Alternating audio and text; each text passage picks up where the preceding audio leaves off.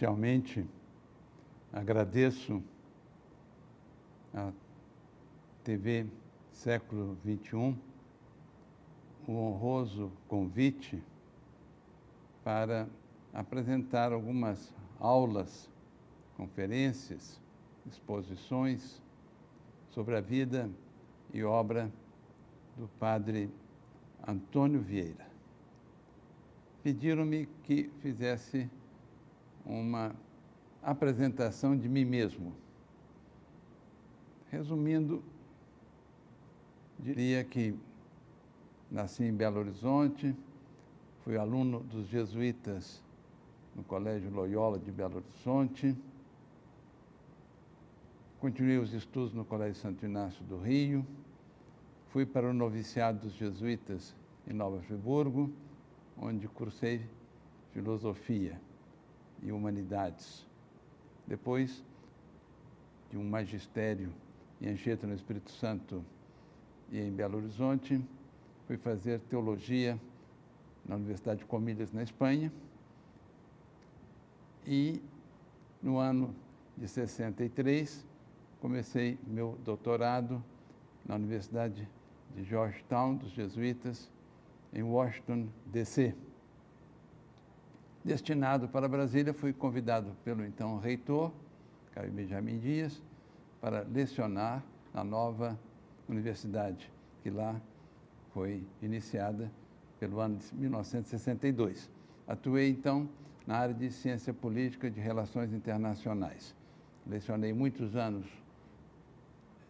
nessa Universidade de Brasília e também no Instituto Rio Branco, que se transferiu para a nova capital em 1976. Atuei nessa área de ciência política e de relações internacionais. Na própria Universidade de Brasília me pediram que fizesse uma organização de um dos trabalhos importantes do padre Antônio Vieira, História do Futuro. E assim fui me familiarizando mais com esse grande pregador e escritor da língua portuguesa, que Fernando Pessoa qualificou de imperador da língua portuguesa. Vamos fazer uma introdução de caráter geral sobre a Igreja, aspectos da Igreja aqui na América, a partir do século XV. É interessante lembrar que Cristóvão Colombo, depois de estudos em Portugal, foi à Espanha. Hospedou-se uma vez no convento de San Esteban, na cidade histórica de Salamanca. Hospedou-se com os padres e irmãos dominicanos. Ele esteve na América com êxito e os padres dominicanos assumiram um trabalho de missionários, sobretudo no Caribe. Entre eles, ocuparam lugar de destaque Antônio de Montesino e Bartolomeu de las Casas. Bartolomeu de las Casas, como Montesinos, defenderam os índios aqui na América, os seus direitos. Na cátedra de teologia em Salamanca, lecionou durante 20 anos um outro dominicano, Francisco de Vitória. E ele escreveu artigos, conferências sobre a Espanha e os índios da América. Ele é considerado um dos fundadores do direito internacional moderno.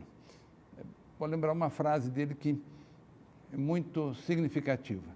Nós, espanhóis, não temos sobre os índios da América mais direitos que os índios da América teriam sobre nós, espanhóis, se tivessem chegado antes à Península Ibérica. Imaginemos que astecas, maias, chegassem a Sevilha. O que diríamos nós, espanhóis, com relação a eles? Podem fazer um turismo, podem apresentar seus produtos, comerciar, falar do seu Deus para quem quiser ouvir. Há uma igualdade básica e reciprocidade de direitos e deveres nas relações internacionais. É interessante recordar ou mencionar que a Universidade de Brasília vai publicar obras do padre Francisco de Vitória.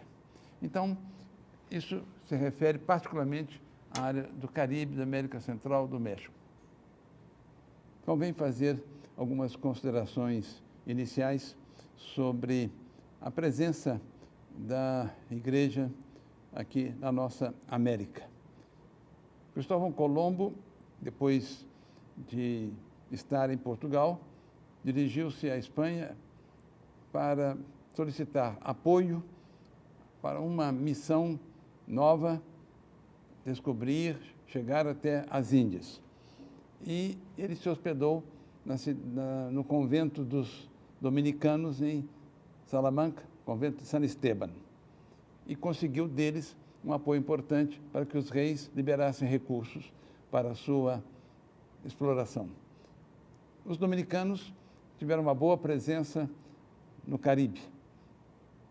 Entre eles, convém lembrar os nomes de Antônio de Montesinos e de Bartolomeu de las Casas, defensores dos índios que conheciam, através de um contato pessoal, a situação deles. Houve, na Cátedra de Salamanca, um professor que se tornou muito famoso, ou seja, o padre Francisco de Vitória. Ele fez conferências sobre os índios. Tinha correspondência com os que trabalhavam lá, recebia a visita deles, e essas conferências foram publicadas, chamadas relecciones, publicadas em latim, publicadas em espanhol, e este ano, se Deus quiser, serão publicadas em português pela Universidade de Brasília. Vamos falar agora do Brasil. Em 1500,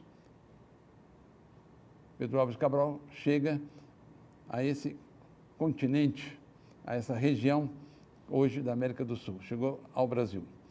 E pouco depois, o governo português pede aos jesuítas que mandem missionários para o Brasil.